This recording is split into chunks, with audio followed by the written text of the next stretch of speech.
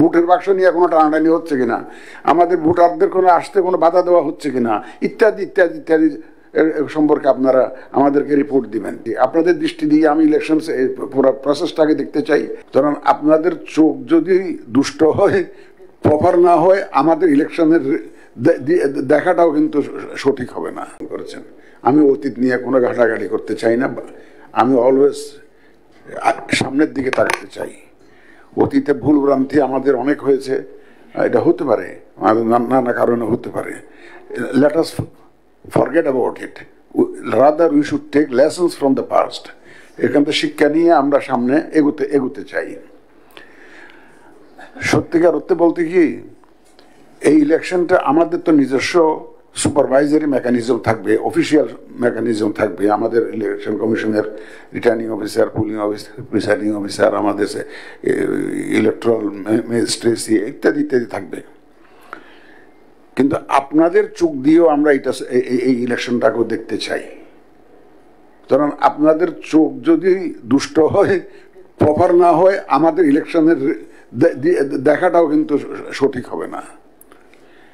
আপনাদের তো দায়িত্ব সম্পর্কে আপনারা সচেতন আছেন, যারা নতুন তাদের জন্য হয়তো বলছি, কোনোভাবেই যাতে আপনারা তো নিজেরা পর্যবেক্ষণ করবেন না, আপনারা তো লোক নিয়োগ দেবেন। এবার আমরা বয়স কমিয়ে 21 করেছি, এদের মধ্যে অনেকে কিন্তু অভিজ্ঞতা সম্পন্ন নয়। সুতরাং দয়া করে আপনাদের প্রাথমিক দায়িত্ব হবে এদেরকে একটা ওরিয়েন্টেশন দেওয়া, ট্রেনিং দেওয়া, যে নির্বাচন সম্পর্কে, বাংলাদেশের নির্বাচনী ব্যবস্থা সম্পর্কে একটা ওরিয়েন্টেশন টাইপের ট্রেনিং আপনারা দয়া করে এটা অর্গানাইজ করে ফেলবেন ইমিডিয়েটলি। কারণ ওরাই তো আপনাদের মেইন টুলস, ওরা কিন্তু ওদের কর্মকাণ্ড কিন্তু রিফ্লেক্টেড হবে আপনাদের সংস্থার গুডউইলের উপর এফেক্ট করবে। কিন্তু আপনারা যাদেরকে ইউটিলাইজ করবেন ফিল্ডে, ওরা যদি সঠিকভাবে দায়িত্বটা পালন না করে, এটা আপনাদের উপরে কিন্তু একটা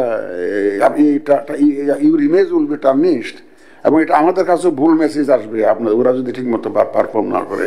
এই জন্য এদেরকে গ্রুমিং করা কিন্তু আপনাদের দায়িত্ব, এদেরকে প্রপার লজিস্টিক সাপোর্ট দেওয়া কিন্তু আপনাদের দায়িত্ব। এদেরকে আপনাদের মাধ্যমে যেটা আমরা ইনশিওর করতে চাই, আমরা ইলেকশন যারা জড়িত থাকবেন, নির্বাচন কমিশন থেকে আরম্ভ করে ফিল্ড পর্যায়ে, আপনারা মূলত ফিল্ডে কাজ করবেন, ফিল্ড পর্যন্ত যারা আছে তাদের অ্যাকাউন্টেবিলিটিটা সম্পর্কে আপনারা রিপোর্ট করবেন। ট্রান্সপারেন্ট ওয়েতে আমরা কাজকর্মগুলো হচ্ছে কিনা, নির্বাচনী আইন মেনে ইলেকশনটা কন্ডাক্ট হচ্ছে কিনা, আমাদের যে ইলেকশনে যারা দায়িত্ব আছে, presiding officer, pulling officer, returning officer, এদের পারফরমেন্সটা আইন অনুযায়ী হচ্ছে কিনা, শাসনতন্ত্র অনুযায়ী হচ্ছে কিনা, আরপি অনুযায়ী হচ্ছে কিনা। তাহলে এটা জানতে গেলে আপনার লোকজনত্ব এই আইনগুলো জানতে হবে, যে যদি whether our people are complying with the laws and rules, এটা যদি আপনি অ্যাসার্টেন করতে চান, তাহলে আপনাকে তো আগে জানতে হবে। সুতরাং আপনাদের রিপোর্টিংয়ের উপরে অনেক কিছু নির্ভর করছে। আমরা আপনাদের, আমি আগেই বলেছি, আপনাদের দৃষ্টি দিয়ে আমি ইলেকশন পুরো প্রসেসটাকে দেখতে চাই। আপনাদের ভূমিকা at different stages of the election process আপনাদের থাকবে। প্রি পোলিং এনভায়রনমেন্ট, এখন ক্যাম্পেইনের সময় কীরকম চলছে, ফর এক্সাম্পল ভোটের দিন কীরকম চলছে, কেন্দ্র ম্যানেজমেন্টটা কীরকম, আমার প্রিসাইডিং অফিসার কীরকম দায়িত্ব পালন করছে, আমার পুলিং অফিসাররা ঠিকমতো কাজ করছে কিনা, ভোটের বাক্স নিয়ে কোনো টানাটানি হচ্ছে কিনা, আমাদের ভোটারদের কোনো আসতে কোনো বাধা দেওয়া হচ্ছে কিনা, ইত্যাদি ইত্যাদি ইত্যাদি সম্পর্কে আপনারা আমাদেরকে রিপোর্ট দিবেন। এই রিপোর্টটা হইতে হবে বেসড অন গ্রাউন্ড রিয়ালিটিস। এটা ইনশিওর করার দায়িত্ব কিন্তু আপনাদের। আপনার যে যারা সোলজার্স থাকবে ফিল্ডে, ওরা প্রপার রিপোর্টিংটা করতে গেছে কিনা সেটার দায়িত্ব কিন্তু আপনাদেরকে নিতে হবে। আরেকটা জিনিস খেয়াল রাখবেন, আমাদের যদি ম্যানেজমেন্টে কোনো গ্যাপস থাকে এবং আমাদের যদি কোনো প্রসিডিউরাল ল্যাপস থাকে, এটা যদি আমরা রিফর্ম করতে চাই, আপনাদের report will be very important. আপনারা তো সুপারিশ দিবেন যে এই কাজটা এইভাবে হচ্ছে, এটা বোধহয় এইভাবে করলে, ফাইনাল অ্যানালিটিক্যাল রিপোর্ট যখন দিবেন, যে তখন তো একটা বলবেন যে এটা এইভাবে করলে বোধহয় ভালো হতো। আপনাদের এই সুপারিশ কিন্তু আমাদের ভবিষ্যতের জন্য পথ চলার একটা পাথেয় হবে কিন্তু আপনাদের এই সুপারিশগুলো, কারণ গ্রাউন্ড থেকে আপনারা নিয়ে আসছেন। আর আমার একটা মূল আপিল হচ্ছে, ফর গডস সেক, আমাদের বাংলাদেশিরা কিন্তু খুব বেশি রাজনীতি সচেতন। এখন আপনাদের যাদেরকে এনগেজ করবেন, তারা যদি ওখানে গিয়ে রাজনীতিতে জড়িয়ে পড়ে, তাহলে কিন্তু একদম ড্যামেজ হয়ে যাবে সব কিছু। সব কিছু ড্যামেজ হয়ে যাবে। আপনাদের যাদেরকে নিয়োগ করবেন প্লিজ চেক করবেন যে তারা কোনো রাজনীতির সাথে কোনো জড়িত আছে কিনা, কোনো রাজনীতির সাথে জড়িত লিঙ্ক, কোনো পার্টির সাথে জড়িত মিছিল মিটিংয়ে গিয়েছে বা জড়িত আছে, কোনো পার্টির সাথে লিঙ্ক আছে, এরকম কাউকে দয়া করে নিয়োগ দিবেন না। এবং আপনাদের লোকজনরা যাতে কোনো দলীয় প্রচারণায় যাতে না যায়, ওরা কোনো ভোটে ইনফ্লুয়েন্স না করে, কোনো ভোটারকে বলেন এই মার্কায় ভোট দাও, ওই মার্কায় ভোট দাও, এগুলো যাতে না করে। সুতরাং এই জিনিসটা কিন্তু আপনারা দয়া করে তাদেরকে আন্ডারস্ট্যান্ডিংটা দিন। ওদের দায়িত্ব হবে to observe, not to intervene. একটা অনিয়ম হচ্ছে, ইন্টারভেন করার দায়িত্ব ওনার না, কিন্তু আপনার লোকের না। ওটা বন্ধ করার দায়িত্ব ওনার না। ওনার দায়িত্ব হচ্ছে যে অনিয়ম যে হচ্ছে এটা রিপোর্ট করা, অনিয়ম যে হচ্ছে এটা রিপোর্ট করা। রিপোর্ট আপনারা জানাবেন, কিন্তু প্লিজ তাদেরকে আন্ডারস্ট্যান্ডিং দিবেন যে তুমিও একজন ভোটার ঠিক মতো ভোট দিচ্ছেন, তাকে ধরে ধরে লাইনে আইনে দিলেন, একটা মহিলা কষ্ট পাচ্ছে, আপনি তারা লাইনে আইনে ঢুকাইয়া দিলেন, এই কাজ আপনার না, এই কাজ আপনার না। আপনি হয়তো বলতে পারেন, আপনার লোক বলবে যে বৃদ্ধ মহিলা এসছে, উনি প্রপারলি ওনাকে কেয়ারটেকিং করার জন্য তেমন কেউ ছিল না, এই কথাটা বলতে পারেন যদি। সুতরাং আর একটা জিনিস কি ভাই, ইউ আর অল বাংলাদেশিস, এটা আমাদের জাতীয় দায়িত্ব সবার, এর সুন্দর ইলেকশন এনশিওর করার জন্য। সুতরাং বাংলাদেশের যে রিয়ালিটিস, এটা একটু বিবেচনা। এখন যদি আপনি যদি আমেরিকান কন্টেস্টে চিন্তা করেন বাংলাদেশকে, বা ইউকে কন্টেস্টে চিন্তা করেন, বা ইউরোপিয়ান কোনো কান্ট্রির কন্টেস্টে চিন্তা করেন, অ্যান্ড ইউ স্টার্ট রিপোর্টিং, তাইলে কিন্তু সমস্যা আছে।